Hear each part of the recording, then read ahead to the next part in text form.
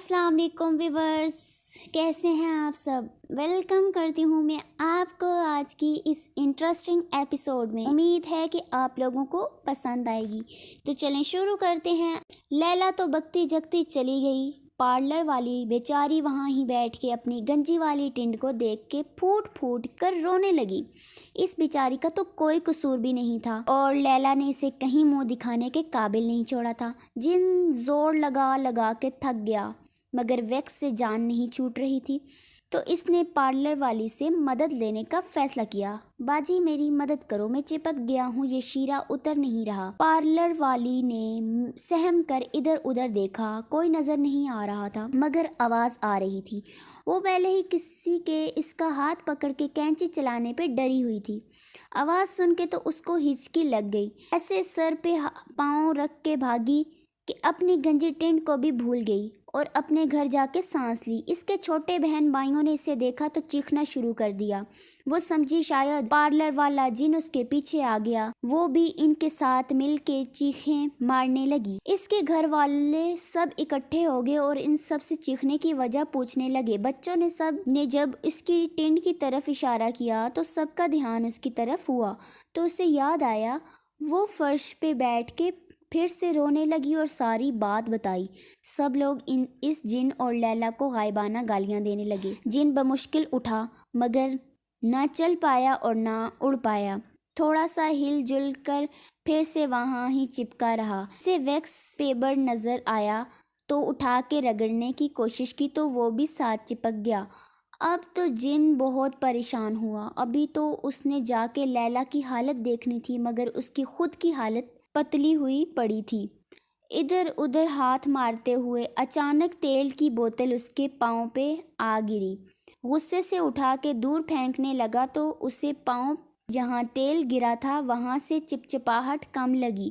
لو جی، جن کی تو خوشی کا کوئی حال نہیں رہا۔ تیل کی بوتلیں اٹھا اٹھا کے سر پہ الٹانے لگا۔ لیلا خراب موڈ کے ساتھ سر پہ دوپٹہ لے کر شادی سے ہو کے آ گئی تھی۔ اسے پارلر والی پہ بہت غصہ تھا۔ اس کا بس نہیں چل رہا تھا کہ وہ دوبارہ پارلر جا کے اس کی ساری ٹنڈ کر کے آتی، جس نے اس کے اتنے پیارے بال چھوٹے بڑے کر دیے تھے۔ اس سے بعد میں نمٹنے کا سوچ کر سر پہ تیل کا پورا کنواں الٹ کے سو گئی تھی۔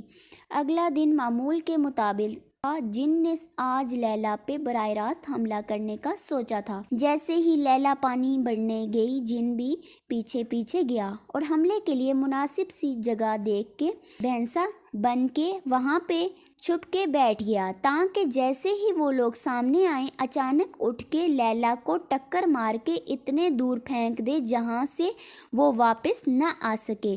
اتنی دیر میں وہ لوگ واپس نظر آنا شروع ہو گئی تھی۔ جن تیار ہو گیا اور ان سب کے نزدیک آتے ہی اٹھ کر ان کی طرف بھاگا۔ ساری لڑکیاں چیختے ہوئے ادھر ادھر بھاگ گئی، مگر لیلا اپنی جگہ پر کھڑی ہو کے اس موٹے تازے بھینسے کو دیکھنے لگی۔ بھینسا جو اس کی طرف بھاگا آ رہا تھا گڑبڑا کے رک گیا۔ اس نے تو سوچا تھا کہ لیلا اسے دیکھ کے بھاگے گی اور وہ اس کے پیچھے لگ کے اسے دڑا دڑا کے مارے گا، مگر یہ تو الٹا ہو گیا تھا۔ وہ رک گئی تو یہ بھی رک گیا۔ تھوڑی دیر تو دونوں ایک دوسرے کو گھورتے رہے، لیکن پھر اچانک لیلا گھڑا نیچے رکھ کے بھاگی۔ بھینسا بھی اپنی شامت کے پیچھے بھاگا۔ جیسے ہی گلی کا موڑ آیا، لیلا اچانک رک کے سائڈ پہ ہو گئی اور جن باجی کی ایک واری پھر قسمت ماڑی۔ گلی بند تھی اور بھینسا شوخا سپیڈ میں دھم سے جا کے سامنے کی دیوار سے ٹکرایا اور تکلیف سے وہاں ہی گر کے کرانے لگا۔ لیلا آرام سے ہاتھ جھاڑ کے واپس گھڑا لینے کے لیے چل دی۔ اب تو جن کی حالت ہی خراب ہو گئی۔ پہلے ویکس کی وجہ سے اس کا بالوں سے بھرا جسم جگہ جگہ سے چھل گیا تھا اور اب سر کی زوردار ٹکر نے اسے تارے دکھا دیے تھے۔ چپ کر کے اٹھا اور باغ میں جا کے کچھ اور سوچنے لگا۔ لیلا کو تو اپنے بالوں کا صدمہ لگا ہوا تھا۔ اسے سمجھ نہیں آ رہی تھی کہ کیسے ان کو ٹھیک کرے۔ کسی کو بتایا بھی نہیں تھا کہ سب مذاق اڑائیں گے۔ بیٹھی کچھ سوچ رہی تھی کہ دروازہ بجا۔ پہلے تو ڈھیٹ بن کے بیٹھی رہی، لیکن بجانے والا اس سے بھی زیادہ ڈھیٹ تھا۔ آ رہی ہوں دروازہ توڑو گے کیا؟ لیلا جلتی بھنتی اٹھ کے دروازے پہ آئی، دیکھا تو ایک زخمی بوڑھا کھڑا تھا۔ تو ویورز، آپ کو میری سٹوری کیسی لگی یہ آپ لوگ مجھے لازمی بتائیے گا۔ میری ایپیسوڈ کو لائک اور میرے چینل کو سبسکرائب کر دیجیے گا اور میری آئندہ آنے والی ویڈیو کا انتظار کیجیے گا۔